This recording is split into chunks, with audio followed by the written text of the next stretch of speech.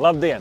Es esmu Gatis, es pārstāvu Daewoo Power Products un šodien es pastāstīšu par DLM 50 SPE zāles pļāvēju. Tas ir pašgājējs, viņam ir zāles izmešana, zāles mūčēšana un zāles savākšana. Viena no svarīgākajām un galvenajām īpašībām ir elektrostarts. Elektrostarts darbojās nospiežot šo te pogu.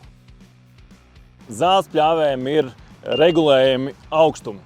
Tas ir no 2,5 cm līdz 7,5 cm.